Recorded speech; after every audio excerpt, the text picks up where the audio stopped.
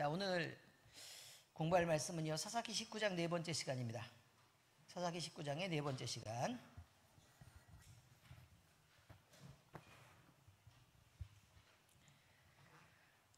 제목은요, 죄악이 지배하는 성읍 22절부터 26절까지 말씀입니다. 준비되셨어요? 자, 함께 읽을까요? 교독할까요? 교독하겠습니다. 교독. 22절 짝수절을 제가 읽고요. 그 다음 26절은 함께 읽겠습니다. 그들이 마음을 즐겁게 할 때에 그 성읍의 불량배들이 그 집을 애워싸고 문을 두들기며 집 주인 노인에게 말하여 이르되 내 집에 들어온 사람을 끌어내라. 우리가 그와 관계하리라 하니 집 주인 그 사람이 그들에게 나와서 이르되 아니라 내 형제들아 청하노니 이 같은 악행을 저지르지 말라. 이 사람이 내 집에 들어왔으니 이런 망령된 일을 행하지 말라. 보라, 여기 내 처녀 딸과 이 사람의 첩이 있은즉 내가 그들을 끌어내리니 너희가 그들을 욕보이든지 너희 눈에 좋은 대로 행하되 오직 이 사람에게는 이런 망령된 일을 행하지 말라 하나 우리가 듣지 아니하므로 그 사람이 자기 첩을 붙잡아 그들에게 밖으로 끌어내매 그들이 그 여자와 관계하였고 밤새도록 그 여자를 능욕하다가 새벽 미명에 누운지라. 함께 읽겠습니다. 동틀 때에 여인이 자기의 주인이 있는 그 사람의 집 문에 이르러 엎드려져 밟기까지 거기 엎드려져 있더라. 아멘. 여러분, 이게 지금 하나님의 백성들이 사는 성읍에서 행해진 일입니다. 이 기브아 성읍은 단 지파의 그 자손들이 하나님께로부터 하나님을 여기에서 너희들은 이 분깃을 받아서 하나님을 섬겨라 라고 땅으로 분배받은 땅입니다. 그리고 그들이 그러면 여기서 그들이 하나님을 섬기면서 율법을 지키고 하나님이 가르쳐 주신 그 하나님 나라를 이루어가면서 살아야 될 거 아닙니까? 그런데 정말 놀라운 일이 일어나고 있습니다. 그들이 여기 말은 22절에 그들이 마음을 즐겁게 할 때에는 노인과 그 다음에 그 레위인과 그 다음에 그 첩 그리고 그 종들까지 이렇게 함께 있는 그런 자리들을 말하고 있는 것입니다. 마음을 즐겁게 하고 있습니다. 그리고 그 성읍이 근데 그 성읍의 불량배들이 그 집을 애워싸고 문을 두들기며 집 주인 노인에게 말합니다. 이르되 네 집에 들어온 사람을 끌어내라. 우리가 그들과 관계하리라. 여기 관계는 뭐예요? 성관계를 얘기하고 있는 것입니다. 자, 그러면 우리가 그와 관계하리라. 그러니까 지금 그 사람을 끌어내라라고 얘기하는 것은 바로 뭐냐면 남자를 끌어내라고 지금 얘기하는 거예요. 남자를 끌어내라. 그러니까 얼마나 이 성읍이 성적으로 타락했는지에 대해서 지금 얘기하고 있습니다. 자, 그런데 집주인 그 사람이 그들에게로 나와서 이르되 아니라 내 형제들아 청하노니 이 같은 악행을 저지르지 말라. 이 사람이 내 집에 들어왔으니 이런 망령된 일을 행하지 말라 라고 지금 뭐 타이르는 건 아니고 부탁하고 간절히 청하고 있는 중입니다. 간청하고 있는 중입니다. 자, 그러면서 뭐라고 얘기하냐면 보라, 여기 내 처녀 딸과 이 사람의 첩이 있다. 그러니까 여자들이 있다는 거예요. 여자들. 자, 그러니까 내가 그들을 끌어내니 너희가 그들을 욕보이든지 너희 눈에 좋을 대로 행하되 오직 이 사람에게는 이런 망령된 일을 행하지 말라라고 얘기했다. 그 말이죠. 그런데 우리가 도대체 듣지를 않는다는 거죠. 그러니까 그 사람이 어떻게 했어요? 자기의 첩을 붙잡아 그들에게 밖으로 끌어내매. 그러니까 레위인이 어떻게 했다고요? 자기의 첩을 밖으로 내던졌다. 그 말이에요. 끌어내매. 그들이 그 여자와 관계하였고 밤새도록 그 여자를 능욕합니다. 그리고 새벽까지 이르렀는데 새벽 미명이 돼서 그 여자를 놔주니까 이 여자가 기어왔다는 거예요. 자기 주인이 있는 동틀 때쯤에 그 사람의 집 문에 이르러서 엎드려져 있었다라고 얘기해요. 그러니까 지금 이 사람들은 문을 어떻게 했다는 거예요?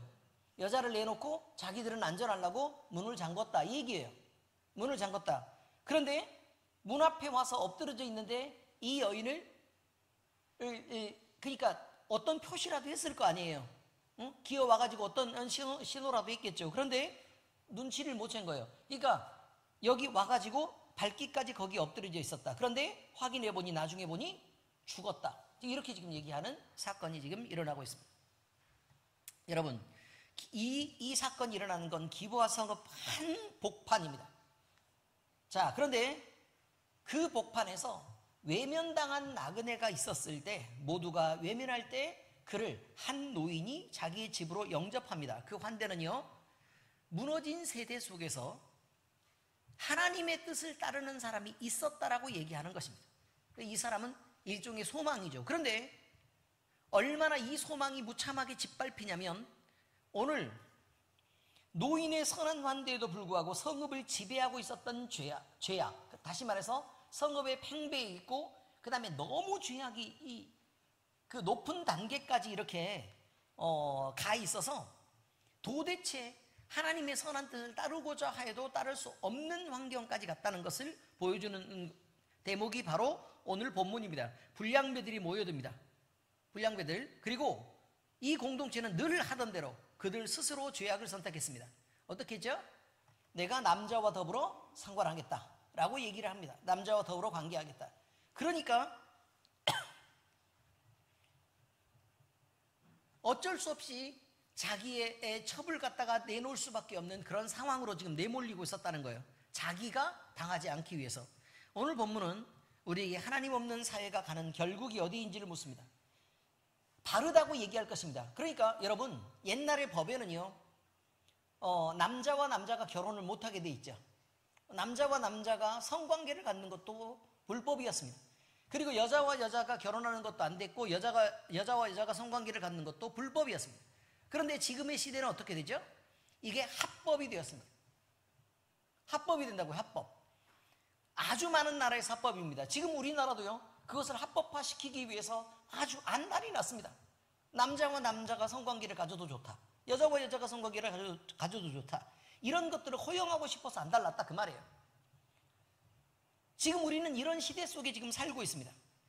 우리 공동체의 운명은요, 사람이 자기의 인권을 지키기 위해서, 그러니까 자기의 권리라고 얘기하면 마음대로 하나님이 정한 질서를 무시하고 자기 마음대로 내가 성관계를 할 상대를 내 마음대로 선택해도 돼 라고 얘기하는 그 자유를 보장하기 위해서 사실은 법제화시키고 그것들을 인권이라는 말로 그걸 보호하고 보장하려고 하는 사람들이 지금 현재 늘어나고 있다라고 얘기하는 것입니다.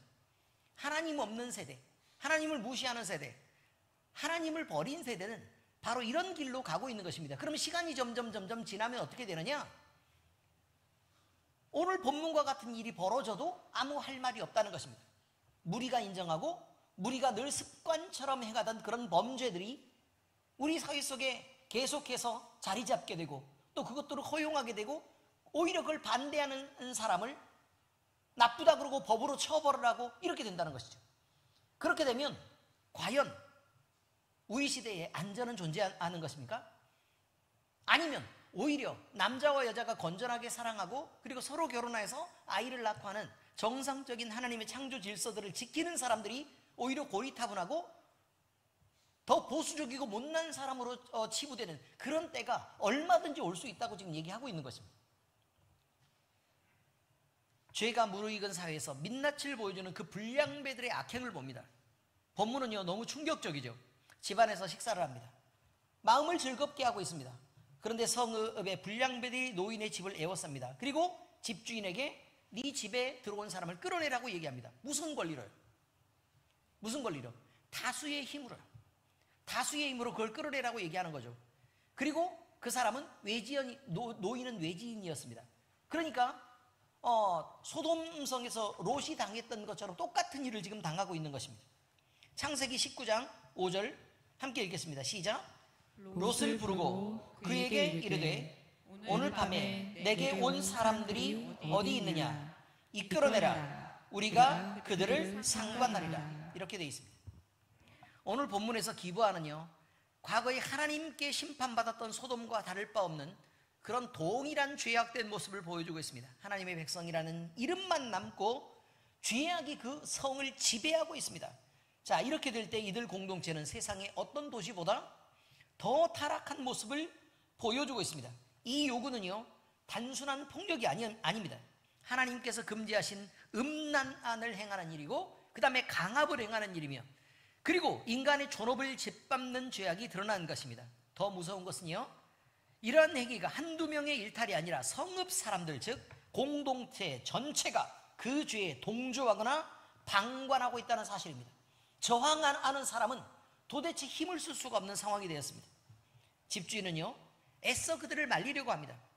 하지만 이미 죄악이 공동체 문화가 되어버린 상황에서, 공동체 속에 그것이 문화라면, 이 말이죠. 문화라면, 그리고 객관이라면, 그것이 합리적인 선택이 되었을 때 그의 말은 참으로 무력하게 무시됩니다. 결국 그는 레위인을 보호하기 위해서 자신의 처녀딸과 손님으로 온 그 첩을 끌어내겠다는 끔찍한 타협을 제안할 수밖에 없었습니다. 이 장면은요, 죄가 만연한 사회가 어떤 모습을 가지게 되는지 적나라하게 보여줍니다. 인간의 존엄은 짓밟히고 약자는 보호받지 못합니다. 하나님께 대한 두려움은 없고 죄를 막아야 할 자들이 오히려 죄와 타협하게 됩니다. 지금 우리가 지금 지금 선거, 대통령 선거가 가까워지고 있습니다. 전 정치 얘기를 하고 싶은 것이 아니고, 사실은 이 시대에 무엇인가를 선택해야만 하는 우리의 입장이 대단히 불편하게 되었다는 얘기를 말하고 싶은 것입니다. 국민을 향해 총칼을 들이대는 그 권력을 향해서 끊임없이 거짓을 말하고 숨기면서 우상숭배에 앞서는 그 권력을 선택해서 가자니 우리 신앙 양심이 도대체 허락하지를 못해요. 어떤 의미인지 아시죠? 그렇다고 다른 쪽을 선택하다니 이렇게 성차별을 폐지하려고 하고,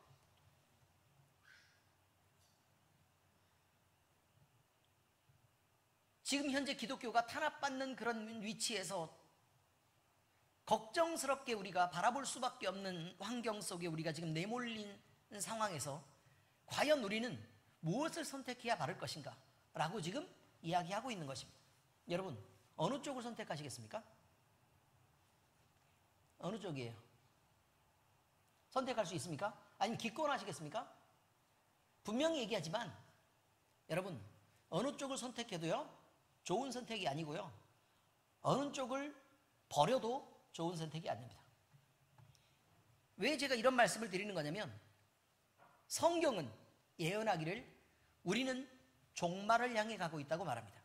세상은 끊임없이 타락할 것이고, 사람의 인권은 하나님의 자리를 차지하기 위해서 끊임없이 높아지려고 노력하는 그런 사람들의 노력으로 점점 높아져서 하나님을 대적하는 자리까지 올라가게 될 것입니다.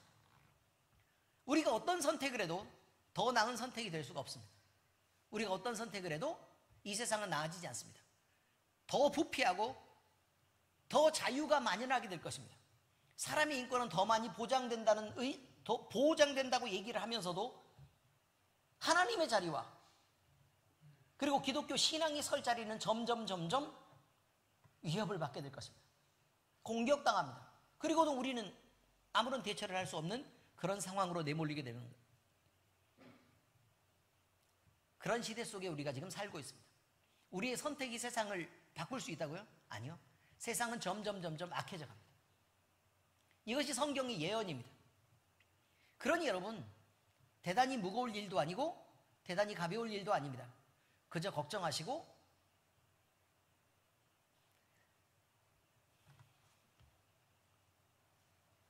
우리만이라도 하나님이 명령하시는 그 거룩함을 지켜낼 수 있도록 우리 스스로 기도하고 준비를 해야 될 일입니다. 죄는요, 이런 세상 속에서 죄는 개인의 문제일 수 없습니다. 죄가 공동체 안에 뿌리 내려버리면 선과 악의 경계가 무너져버리고 타락이 문화가 됩니다. 사사시대에 끔찍한 사건이 일어난 것을 우리는 보면서요, 우리도 불법과 불의가 만연할 때에 우리는 그 죄악을 분별하고 저항할 수 있을까라는 질문을 던지게 합니다. 아니면 이런 죄가 있을 때 우리는 묵인하고 심지어 내 생각과 일치한다면 조용히 편을 들어 타협하고 있지는 않을까? 이런 걱정을 하게 된다 그 말이에요. 하나님 없는 공동체는 반드시 죄가 지배하게 됩니다. 사람이 지배하는 것처럼 보이고 더 나은 세상을 만들게 되는 것처럼 보이지만 여러분 점점 어디를 향해 가냐면요 리버럴한 세계로 가요. 점점 자유주의가 만연한 세대로 가고 있다 그런 말이죠.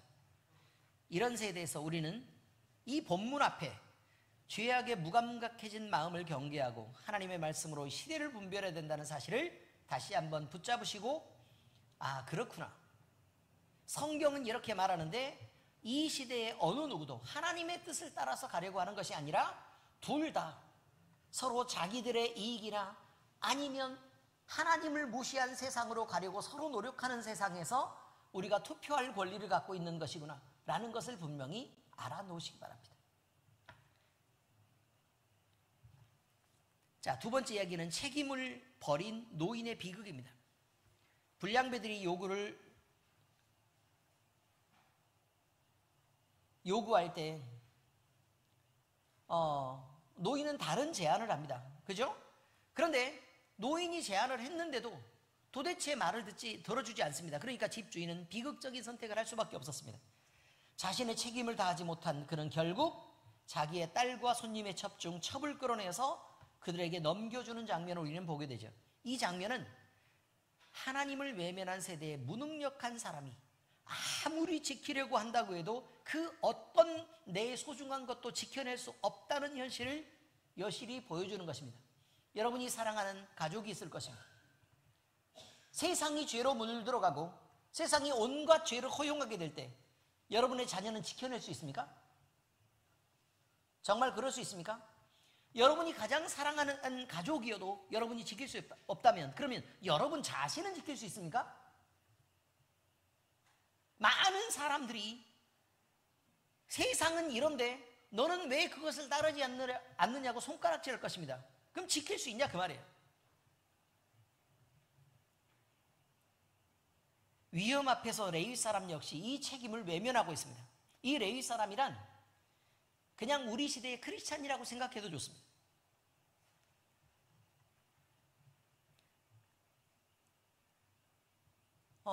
레위인은 어떤 선택을 했냐면 자기의 첩을 그들에게 내던지는 선택을 합니다. 결국 그 여인은 밤새도록 능욕당하고 새벽에 겨우 풀려났지만 지쳐서 문 앞에 쓰러진 채 다시 일어나지 못하고 죽어갑니다. 여러분 바로 이것입니다.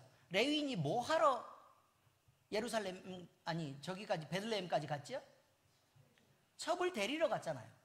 데리러 갔죠. 근데 그 첩을 어떻게 하고 있다고요? 지금 내던지고 있다 그 말이에요. 내던지고 있다. 이것이 개인의 비극으로 볼 수 있느냐라는 것입니다. 책임을 져야 할 리더의 리더십이 무너집니다. 다시 말해서 레위인이 내가 힘이 없어서 당했다 라고 자기는 생각할지 모르지만 사실 레위인으로서 하나님을 향한 예배를 지키려고 그가 평소에 노력하면서 살았었다면 이거죠. 그리고 사람들을 향해서 하나님의 뜻을 지키라고 하나님의 율법은 이것이니까 우리가 그걸 지키면서 살아가자고 그가 선포하고 그렇게 살아왔던 사람이라면 과연 세상이 이렇게 되는 것을 그가 만날 수 있었을까? 그리고 자기의 첩이 그렇게까지 되는 것이 그런 상황을 만나지 않아도 되지 않았을까라는 생각을 하게 된다는 것입니다. 여러분, 리더는 신앙의 리더가 바로 레위인이었습니다. 그런데 그는 그 자기 역할을 하지 못했다는 거예요. 이런 리더십이 무너질 때 누가 피해를 보게 되느냐? 도덕과 질서가 무너지게 되면 힘이 약한 사람이, 권력이 약한 사람이 결국 피해를 보게 됩니다. 바로 이런 것입니다. 본문에 등장하는 노인과 레위 사람 모두 집주인과 영적 지도자로서 집주인은 내 집안에 들어온 사람을 보호해야 될 책임 있는 사람이고 레위는 신앙을 이끌어야 될 사람인데 이들 모두 리더십이 무너졌다는 것이죠. 그래서 최소한 자기들이 보호자로서의 책임을 다해야 될 그 책임도 지지 못했다라고 지금 얘기하는 것입니다. 하나님께서 세우신 리더십의 본질은 양을 치는 목자처럼 자기를 희생하면서 맡은 자를 보호하는 것입니다. 근데 보호하는 것은 내 타협하다가 나중에 보호할 수 있는 게 아니라는 거예요.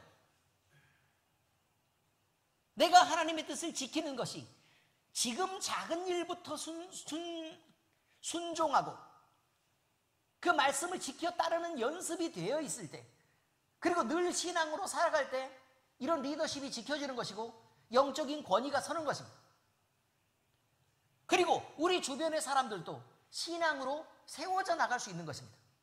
내 무너지고 첩질하면서 살다가 나중에 와가지고 부패하고 타락한 동족들이 내 첩을 윤관하고 그를 죽였습니다 라고 얘기해서 나중에 토막내서 다 각 지파에 보내죠.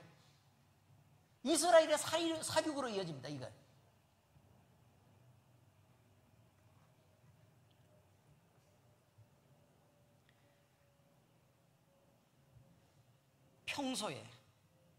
평소에 자기의 안위와 체면을 위해서 약자를 죄악의 손에 넘겨주는 이 끔찍한 타협을 할 수밖에 없는 이런 사람들은 결국 무너진 신앙,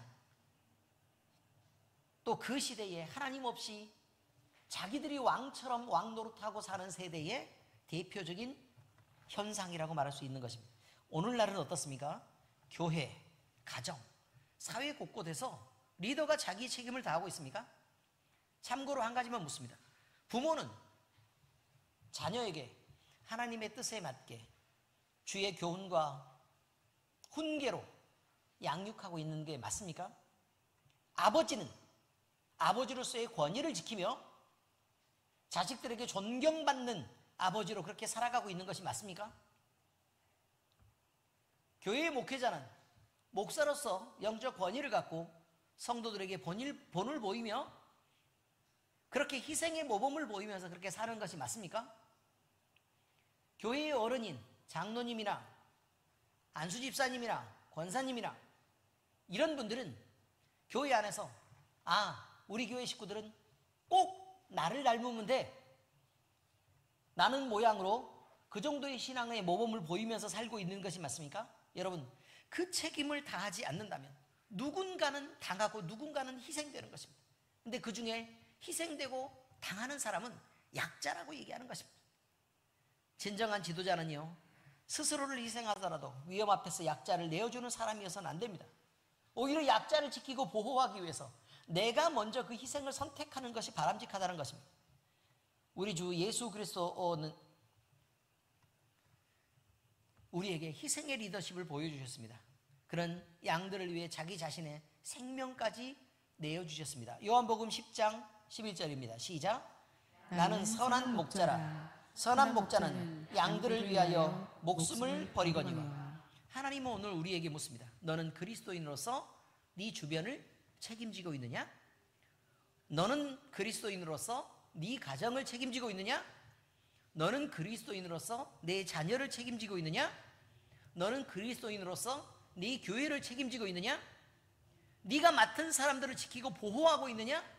약자들의 편을 들어서 그들에게 피해가 가지 않도록 네가 먼저 희생하고 섬기는 일을 하고 있느냐? 여러분, 무너진 리더십은 공동체를 붕괴시키지만 하나님은 책임지는 한 사람을 통해서 공동체를 지탱하고 살리는 일도 많이 봅니다. 그러므로 오늘 우리는 우리 자신에게 맡겨진 자리에서 희생을 감수하고서라도 책임을 지고 피하지 않는 자가 되어야 될 것입니다. 우리는 말씀으로 깨어 있어 죄의 문화에 물들지 말아야 합니다. 세상은 죄를 선택해서 갑니다. 왜 죄를 선택하느냐? 아니, 말초적이고 자극적이며 그냥 즐겁기 때문에 그렇습니다. 죄를 향해서 가는 것은요, 육신으로 즐겁습니다. 그런데 영혼을 망가뜨리는 일입니다. 사사기 19장의 이 끔찍한 사건이 우리에게 경고하는 것은 하나님의 말씀을 저버리고 죄가 문화가 되어버린 공동체는 반드시 가장 약한 자들이 희생당하는 비극을 낳는다는 것입니다. 그러므로 우리는 기억해야 됩니다. 교회는 죄에 무감각해지 말아야 합니다. 말씀 앞에 깨어 있어야 합니다. 맡겨진 자리에서 신앙 양심을 가지고 있어야 합니다. 그리고 그 말씀으로 헌신하며 성도로서 책임을 다해야 합니다. 하나님 없는 사회가 아니라 말씀으로 세워진 공동체가 되기 위해서, 그리고 우리 각자가 선 사소한 자리에서라도 우리는 영적 보호자로서 책임을 다할 수 있기를 소망합니다. 여러분, 우리 주변에는요, 한없이 약한 새가정도 있고 그보다 약한 어린아이들도 있고, 그리고 우리 시니어들도 있고 그렇습니다. 우리가 책임질 사람들입니다. 기도하겠습니다. 하나님 아버지, 감사합니다. 우리 하나님께서 이렇게 영적 리더십이 무너진 사회가 타락해 갈 수밖에 없는 모습들을 보여주시면서 그 타락한 사회가 나와 무관할 것처럼 보이지만 그러나 직접적으로 내게 피해가 오는 상황까지 만들어진 것을 오늘 말씀을 통해 보았습니다. 아버지 하나님, 이런 리더십이 지켜지지 않을 때 하나님의 말씀이 무너지고 세상의 가치로 많은 사람들이 인정하는 그 객관들을, 합리적이라고 주장하는 것들을 따라갈 때에 우리는 사람의 자유를 선택할 수밖에 없고 사람의 권리를 선택할 수밖에 없는 상황으로 내몰립니다. 아버지 하나님, 그러나 우리 그리스도인들은 사람이 중심이 아니라 하나님이 중심이 되시기에 우리가 하나님을 어떻게 섬길 것인지를 결정하고, 또 하나님을 섬기려고 하면 우리가 어떤 행동으로, 어떤 결단으로, 어떤 희생과 순종으로 우리가 나아가야 될지를 우리가 분명히 알게 하시옵소서. 하나님의 말씀을 따라 우리가 살아갈 때에 아버지 하나님, 우리가 약자들을 보호하는 위치에 서며 교회와 가정과 우리가 선 모든 자리에서 우리의 그리스도인이라는 리더십을 잃지 않도록 주께서 인도해 주시고, 하나님이여, 우리가 우리의 신앙 양심을 따라 하나님을 기쁘시게 하는 삶을 살아갈 때에 우리 주님께서 우리를 통해 하나님의 나라를 이루어 가시는 줄 알고 믿고 감사를 드리며 아버지 하나님께 성령의 충만함을 구하고 그 성령 충만함으로 우리가 아름다운 교회의 리더가 될 수 있기를 위해서 기도합니다. 하나님이여, 우리를 사용하시옵소서. 이 말세에 온갖 죄로 더러워지고 있는 이 세상 가운데서 우리가 그리스도인으로서 책임을 다하게 하시고, 그래서 아버지 하나님이여, 무너져가고 죄악 가운데서 그 죄악을 즐거워해서 빠져들어가는 이 세대 가운데 우리가 깨어있는 신앙인으로 살게 하시옵소서. 그래서 아버지 하나님, 주님 기쁘게 하는 삶을 살게 하시고 교회를 지켜내는 우리 모두 되게 하여 주시옵소서. 살아계신 우리 주님 예수 그리스도의 이름으로 감사하며 기도합니다. 아멘.